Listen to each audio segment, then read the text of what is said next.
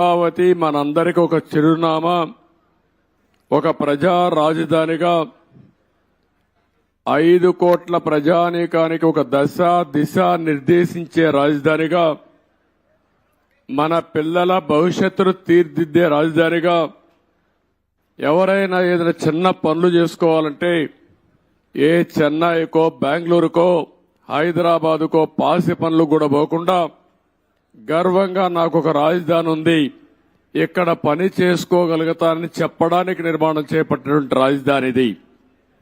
అలాంటి రాజధాని ఈరోజు మనం చూస్తే అతలాకుతలం చేశారు.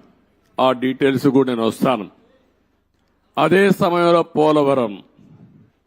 పోలవరం దక్షిణ భారతదేశంలో ఎక్కువ నీళ్లుండే నది గోదావరి నది.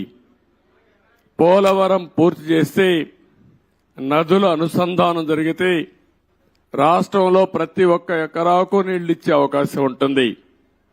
ఈ రెండు కూడా మనం ఒక్కసారి ఆలోచించుకున్నప్పుడు రాష్ట్ర విభజన జరిగింది, హేతుబద్ధత లేదని పోరాడాం, అన్యాయం జరిగిందని అందరం కూడా గట్టిగా నిలదీసే పరిస్థితికి వచ్చాం.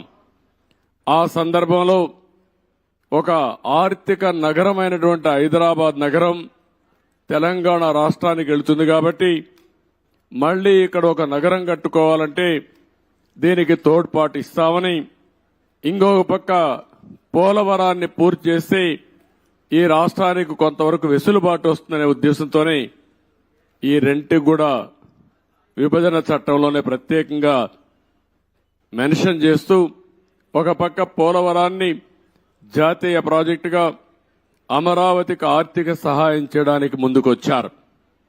అయితే ఈరోజు మనం చూస్తా ఉంటే రెండు కూడా ఈరోజు రాష్ట్రంలో ఉండే 5 కోట్ల ప్రజలను ఓటే నేను కోరుతున్నా. ఈరోజు ఏదైతే మాకు ఓట్లు వేశారు ఇది ఒక హిస్టారికల్ విక్టరీ. చరిత్రలో నేను 45 సంవత్సరాలుగా చూశాను కానీ ఆంధ్రప్రదేశ్ రాష్ట్రం ఏర్పడిన తర్వాత భారతదేశ చరిత్రలో కూడా ఇంత పెద్ద విక్టరీ ఎప్పుడూ రాలేదు. ఒక్క మాటలో చెప్పాలంటే వన్ సైడెడ్ గా ఇలాంటి ముఖ్యమంత్రి పనికి రాడు, ఇతను అవసరం లేదని తీర్పిచ్చి బ్రహ్మాండంగా ప్రజల ముందుకు వచ్చారు.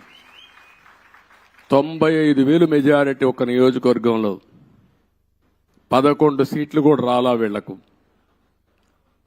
అంటే దీన్ని బట్టి అర్థమవుతుంది ప్రజలు ఎంత వ్యతిరేకంగా ఉన్నారో. దుష్ట పరిపాలన అనడానికి దీనికంటే వేరే తార్కాణం అవసరం లేదు. కానీ మమ్మల్ని గెలిపించారు. అంతటితోనే రాష్ట్రంలో ఉండే ప్రజల యొక్క బాధ్యత